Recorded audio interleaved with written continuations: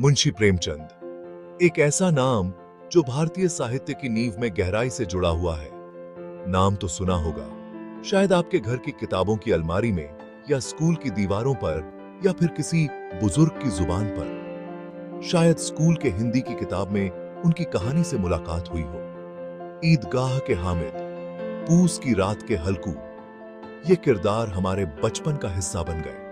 लेकिन प्रेमचंद सिर्फ एक कहानीकार नहीं थे, वो एक सोच थे, एक इनकलाब थे। उनकी कलम में वो ताकत थी जो समाज की नींव हिला सकती थी। मैं सोचता हूं, प्रेमचंद की दुनिया का असली रंग क्या था? क्या वो सिर्फ गांव की धूल धूसरित गलियां थीं, या उन गलियों में पलती उम्मीदें? वो जमाना था जब लोग सोचने से डरते थे, समाज के सवालों से भागते थे और चुप्पी ओढ़ लेते थे। लेकिन प्रेमचंद ने कहा, सोचना मना है? बिल्कुल नहीं। उन्होंने अपने शब्दों से लोगों को सोचने की आजादी दी। उन्होंने हर कहानी, हर उपन्यास में समाज के सच को उतार दिया।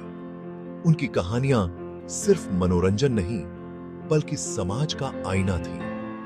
गोदान में गांव की जिंदगी, किसानों की तकलीफें और उनकी उम्मीदें। पफ ने अब आगे में की है।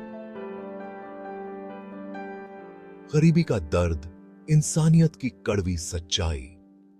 निर्मला में समाज की करही बंदिशें और एक औरत की बेबसी। प्रेमचंद के लफ्जों में आज भी वो ताकत है जो हमें जगा देती है।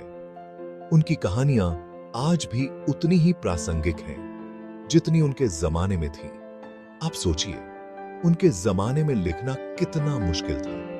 न तो इंटरनेट था, न सोशल मीडिया, बस एक कलम, थोड़ी सी रोशनी और ढेर सारी हिम्मत। सेंसरशिप, गरीबी और जमाने का डर, हर कदम पर रुकावटें थीं। कई बार तो उनकी कहानियां छपने से भी रोक दी जाती थीं। लेकिन प्रेमचंद ने पेन उठाया और लिखते गए, क्योंकि उनका मानना था, इंक से बदल जाता है समाज। उनके लिए लिखना सिर्फ पेशा नहीं, एक मिशन था।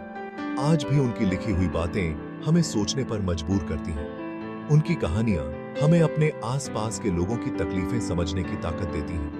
क्या हम अब भी प्रेमचंद की दुनिया से कुछ सीख सकते हैं? बिल्कुल।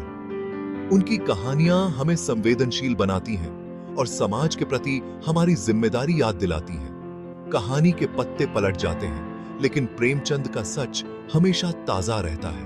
हर बार पढ़ने पर उनकी कहानियों में कुछ नया मिलता है। उन्होंने हमें समझाया, गरीब के दुख को